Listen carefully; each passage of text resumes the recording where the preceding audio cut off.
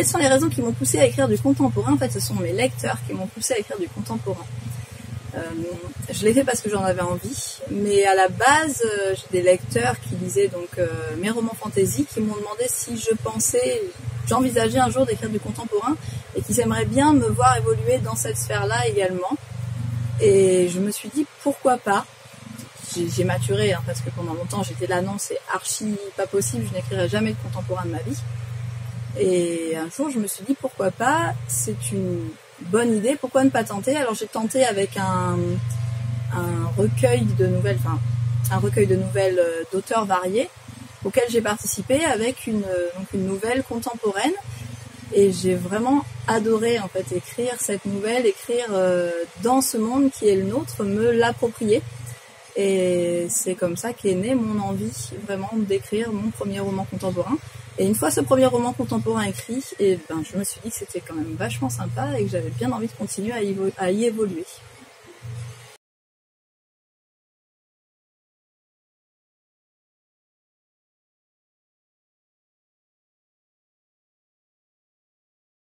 Alors ça, c'est une question qu'on me pose régulièrement. Pourquoi entre hommes déjà? Parce que, étant donné que je suis une femme, c'est quelque chose qui pour beaucoup de gens ne tombe pas sous le sens. Alors, d'abord, ce sont des romances parce que j'ai un grand faible pour la romance, que je n'avais pas forcément au début, mais dans toutes mes histoires, il y a toujours eu ce côté romance qui est important pour moi. Pourquoi? Je n'en sais rien. Je pense que ça fait partie de la vie. Je pense que je suis pas forcément quelqu'un de romantique, mais une belle histoire d'amour, ça fait du bien au cœur. Même si parfois mes romans sont aussi difficiles. Et ça fait aussi du bien au cœur quand on souffre d'ailleurs. Pour moi en tout cas. Et pourquoi entre hommes? Simplement parce que... Alors d'abord parce que mes personnages sont plus souvent masculins, et ça depuis toujours. J'ai quasiment que des héros masculins dans mon univers. J'ai très peu de femmes héroïnes. Parce que je m'identifie plus facilement à un homme à travers mes propres écrits, mais dans le quotidien aussi j'ai une personnalité assez trempée qu'on pourrait qualifier d'assez masculine. Quand j'étais petite, j'étais vraiment garçon manqué, j'aurais voulu être un garçon. J'assume complètement d'être une femme, mais cependant je pense que écrire des histoires avec des hommes me permet d'explorer aussi un peu cette partie masculine que j'ai en moi. Ensuite, simplement parce que quand j'ai commencé à écrire Le Feu des Steppes, j'avais jamais prévu d'histoire d'amour entre hommes. Elle s'est simplement imposée. En général, mes héros sont assez chiants, et pas que les héros, à peu près tous les personnages, y compris secondaires, et ils ne respectent absolument pas mes scénarios. Je sais que dit comme ça paraît un peu bizarre, mais c'est le lot des écrivains, en fait. On n'est pas maître de ses propres personnages. Ils grandissent, ils se mettent à vivre et ils prennent leurs propres décisions, et ils foirent complètement les scénarios. Et donc il s'est trouvé que ce jeune homme qui était le héros du Feu des Steppes est tombé amoureux d'un homme sans que je ne l'ai jamais prévu. Et j'ai commencé à me renseigner plus avant sur ce sujet. Je me suis beaucoup intéressée à la cause LGBT, qui est une cause extrêmement importante pour moi, pas seulement en roman, c'est quelque chose que je vis dans mon quotidien. Et du coup c'est tombé sous le sens à travers cette histoire qui m'a énormément plu, simplement de continuer sur cette voie-là, et les histoires qui arrivent à moi sont simplement des histoires avec des hommes. Donc pourquoi écrire autre chose? J'ai d'autres projets, mais pour l'instant c'est vrai que c'est plus facile et plus spontané pour moi d'écrire des romances entre hommes.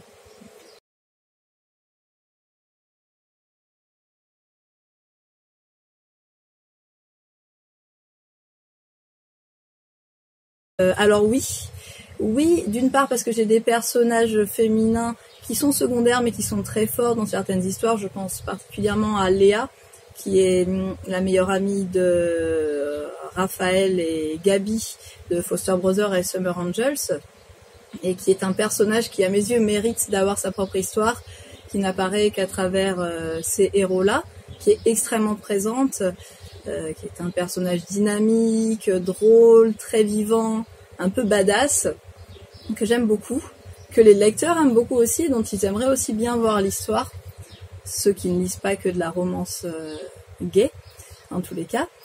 Et donc oui, par exemple, c'est prévu d'écrire son histoire, et ce sera une histoire LGBT, puisqu'a priori, ce sera plutôt un trouble.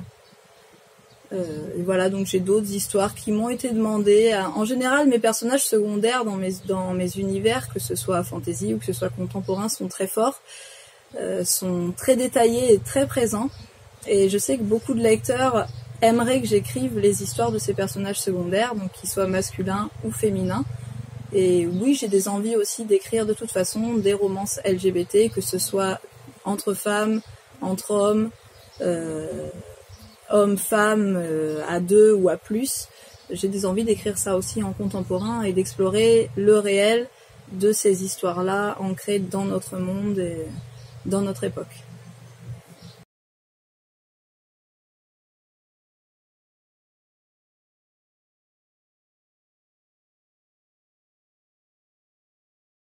C'était un véritable tour de force, oui, d'arriver à relier des romans contemporains parce qu'ils ne se déroulent pas du tout dans les mêmes endroits. Actuellement, je n'ai que des romans qui se déroulent en France, mais j'en ai prévu qui se déroulent ailleurs, avec des personnages d'autres origines. Bon, j'ai toujours des personnages d'autres origines dans à peu près tous mes contemporains, mais ils vivent en France jusqu'à présent. Donc on arrive à peu près à en relier certains, notamment par exemple Summer Angels, qui est un spin-off, même un crossover, donc qui se déroule à la fois avant, pendant et après Foster Brothers, qui est l'histoire d'un des personnages secondaires de Foster Brothers, donc c'était très simple de relier puisque les personnages sont liés de fait. Mais après j'ai eu cette envie de faire exactement comme dans la fantasy, c'est-à-dire que tous mes romans fantasy sont reliés, et j'ai eu cette envie de relier de manière parfois anecdotique, juste sous forme de clin d'œil, mais de savoir que oui, en fait, on est tous reliés en tant qu'humains. Et je trouve que cette idée d'arriver à relier tout cet univers, tous ces livres, c'est un concept intéressant et à la fois drôle et touchant de revoir un personnage qu'on a beaucoup apprécié, ou même un personnage secondaire simplement, puisque parfois je suis obligée de relier certaines séries par des personnages secondaires, notamment la fameuse Léa, donc personnage secondaire de Foster Brothers et de Summer Angels, qui se balade un peu partout en France et relie les différents romans que j'ai écrits pour l'instant. Et voilà, d'arriver à créer un peu ce lien entre ces différents héros qui évoluent un peu partout, puisque j'en ai à Paris, j'en ai beaucoup en région parisienne, Paris, Courbevoie, Melun, mais j'en ai aussi à Lyon, et j'en ai qui sont prévus ailleurs également.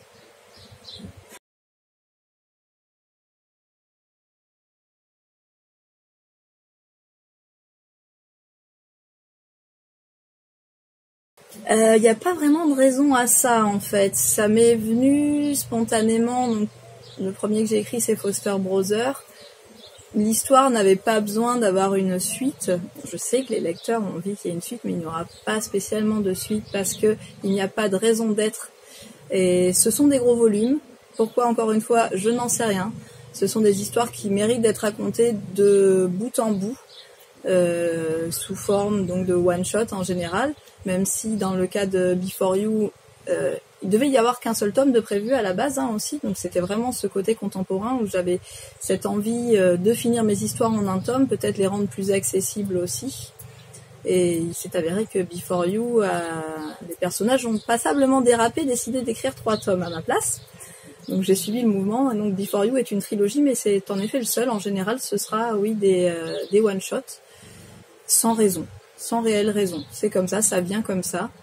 Et j'ai envie d'écrire cette histoire d'un trait, et je l'écris d'un trait.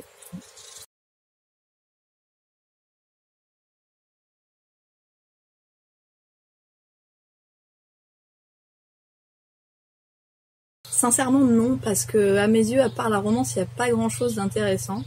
Alors on peut aborder plein de sujets à travers la romance, j'aborde énormément de sujets, que ce soit des sujets d'actualité centrés romance, comme par exemple la cause LGBT qui est extrêmement développée évidemment dans mes univers, mais pas seulement, j'aborde des sujets de société comme le végétarisme, parfois la politique sans m'avancer trop, mais j'aime bien, voilà, et puis les différences socio-culturelles qui est quelque chose qui m'intéresse énormément à travers des personnages d'origines différentes. Mais j'ai complètement dévié, j'ai complètement perdu le fil de la question de base. Oui, ça y est, j'ai retrouvé. Donc écrire autre chose que de la romance, en fait, ça m'intéresse pas vraiment. J'aime les belles histoires, j'aime apporter un peu d'espoir. Alors parfois à travers des histoires extrêmement difficiles, donc qui font du mal, qui peuvent bouleverser, qui peuvent faire pleurer, même parfois faire hurler. Je reçois souvent des menaces de lecteurs pas très contents de ma façon de torturer les personnages. Notons qu'ils se torturent tout seuls, moi je leur ai rien demandé. Mais après j'aime bien l'idée d'écrire une histoire d'amour qui soit à la fois réaliste, donc parfois torturée, compliquée, difficile, mais qui apporte un espoir pour l'humanité. C'est vrai qu'on vit dans un monde complètement cassé, où l'amour ça devient presque un mythe, et j'ai envie d'apporter sous forme réaliste, c'est-à-dire que ce soit vraiment une histoire qui soit probable, cette idée que oui, l'amour c'est quand même possible, et que c'est beau, que c'est une des choses les plus belles de l'humanité, et que ça mérite pour moi à la fois notre respect et notre attention complète. Donc écrire autre chose, non, je pense que si j'écrivais autre chose, il finirait par y avoir de la romance. De toute façon, même si c'était pas mon but, mes personnages seraient sans doute assez peu consentants pour rester tranquilles dans leur coin.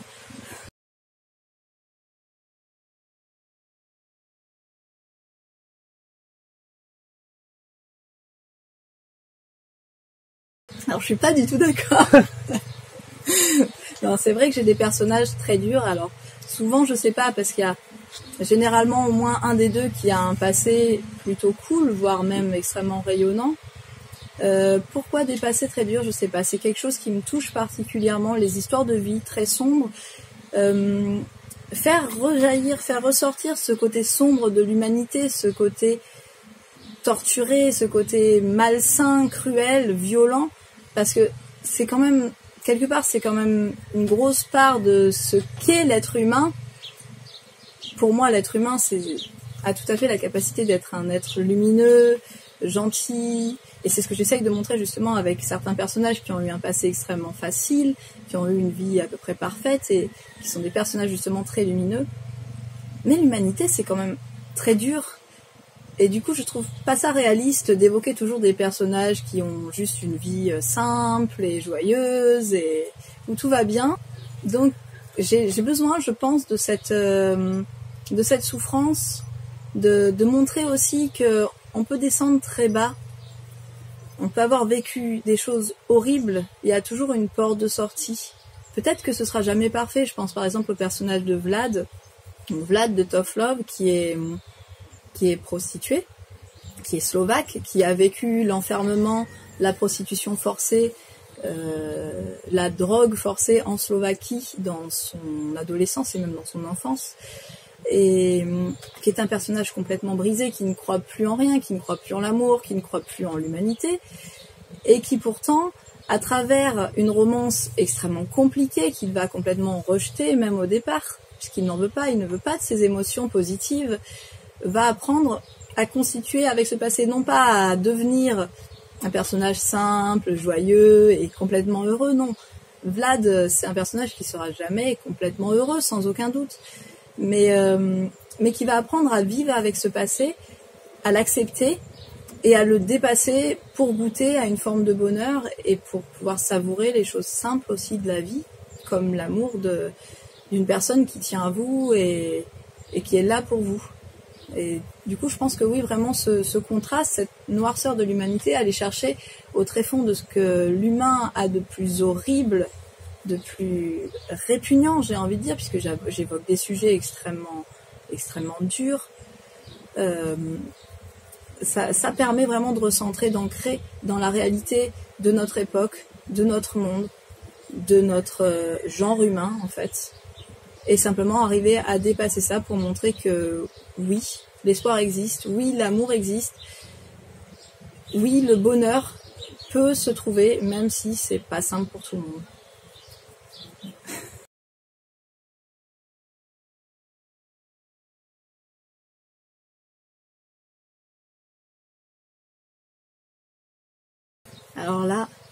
Alors en fait, c'est très simple.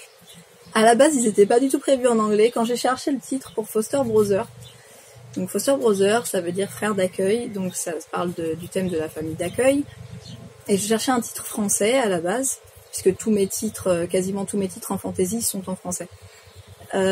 Simplement, je trouvais ça extrêmement cucu. J'ai voulu l'appeler frère d'accueil, je trouvais ça moche, je trouvais ça ouais, c'était pas porteur comme titre, et Foster Brothers, ça me parlait vraiment beaucoup plus. Pareil pour Summer Angels, Les Anges d'été, c'est, on dirait une série à la Hélène et les garçons, là, ou Le miel et les abeilles. Non, moi, c'était pas possible. En plus, c'est pas du tout le thème de l'histoire. Vous l'avez compris, mes romances, c'est pas vraiment des romances à l'eau de rose, c'est pas des romans doudous. Et Summer Angels, particulièrement, est assez dur dans ses problématiques. Et Summer Angels sonnait tellement bien comme titre, aussi bien que Les Anges d'été sonnait mal, que j'ai continué sur cette lancée. Et dans l'ensemble, les titres que je trouve me parlent beaucoup plus en anglais qu'en français. Alors je sais que ça gêne un peu le lectorat, un certain lectorat en tous les cas. Et j'ai certains titres qui sont prévus en français aussi. Mais dans l'ensemble, c'est vrai que le titre anglais me parle beaucoup plus. Et comme pour moi, avant toute chose, ces romans m'appartiennent, ce sont mes créations. C'est quelque chose que j'ai envie qui me ressemble, qui me parle à moi, que j'apprécie. Donc, avant d'écouter le lectorat, je m'écoute moi-même. Donc ces titres, c'est des titres qui me parlent à moi, et donc je les fais partager à mon lectorat, même si c'est vrai, parfois ça complexifie les choses puisque c'est difficile à prononcer, et même à lire. Et puis, n'oublions pas que mes romans sont souvent, notamment les contemporains, sont souvent interculturels. Donc c'est aussi une façon, quelque part, de montrer que notre culture humaine ne s'arrête pas à la France, ne s'arrête pas à un peuple, mais est globale et vaste et polyculturelle. Et un titre en anglais, quelque part, ça permet aussi d'ouvrir sur le monde.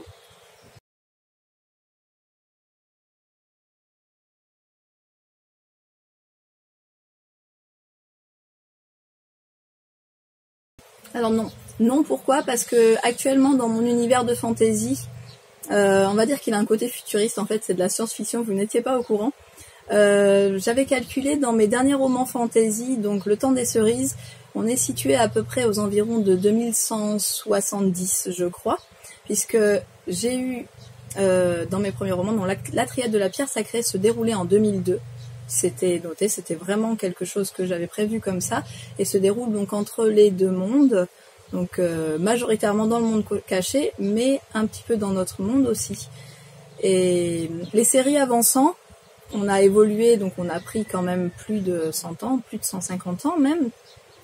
Et là où on en est, on peut plus rattraper, je serais obligée d'écrire de la science-fiction, chose que je ne veux absolument pas parce que je ne maîtrise pas du tout la science-fiction et ce n'est pas quelque chose qui m'intéresse, même si j'ai pu apprécier d'en lire parfois, c'est pas vraiment un style de prédilection pour moi. Et revenir en arrière, non, je ne l'ai pas fait actuellement en fantasy, j'ai toujours plutôt eu tendance à avancer et je ne compte pas le faire, de revenir en arrière, donc il n'y aura pas de crossover. Les seuls liens qu'il y a entre mon univers fantasy et mon univers contemporain, ce sont des références à mes propres romans fantasy qu'on peut trouver dans certains romans contemporains. Donc certains personnages qui lisent des romances d'Aurélie Château-Martin en contemporain.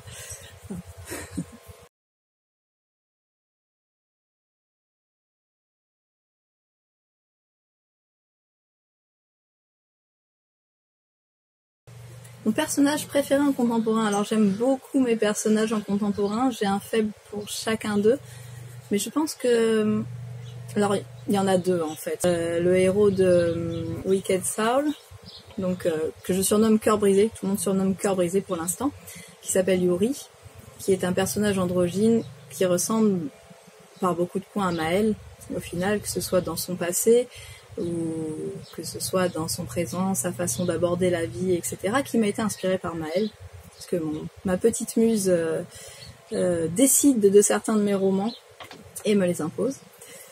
Je pense que mon personnage préféré reste malgré tout Gabi, donc Gabrielle de Summer Angels, qui est un personnage extrêmement lumineux, extrêmement libéré, qui a une vie joyeuse, qui sait ce qu'il veut dans la vie, qui rayonne énormément, qui est très drôle. C'est un personnage vraiment que j'aime beaucoup. Je pense qu'il me ressemble énormément en fait, et qui est très têtu. Bon, beaucoup de mes héros sont très têtus. On me l'a déjà fait remarquer. Je pense que c'est un de mes traits de personnalité et que c'est pas anodin si mes héros le sont également. Et Gabi qui est agnostique, donc qui ne croit pas spécialement en Dieu, et qui en même temps est assez ouvert, il n'est pas vraiment athée. Pourquoi je vous parle de ça? Parce que c'est le thème de Summer Angels, en fait, la religion, l'islam et l'homosexualité, puisque son amoureux, Ellie, est musulman. Et l'histoire va donc être extrêmement difficile pour eux deux, ils ont un amour qui dure depuis toujours, puisqu'ils s'aiment depuis qu'ils ont 4 ans. Et en même temps, Ellie, poussée par l'adolescence, puis l'âge de jeune adulte, va se plier de plus en plus aux règles de l'islam et vouloir refouler son homosexualité. Et malgré toutes les épreuves, Gaby ne va jamais renoncer et va toujours chercher à le comprendre. Il va jamais y avoir de combat entre renonce. Il va jamais lui dire renonce pour moi. Non, ce sera jamais son idée. Gaby est un personnage extrêmement respectueux qui fait des recherches pour les choses qu'il aime, particulièrement pour Ellie, sur tous les sujets, que ce soit au niveau du sexe. Depuis l'adolescence, Gaby est très calé en matière de sexe, puisqu'il a décidé qu'il voulait conquérir Ellie et qu'il est prêt à tout, y compris à se renseigner pour être justement calé et capable d'aller de l'avant. Mais également sur justement l'islam et les choses qui tiennent, auxquelles Ellie tient profondément. Il va les respecter, il va faire des recherches poussées.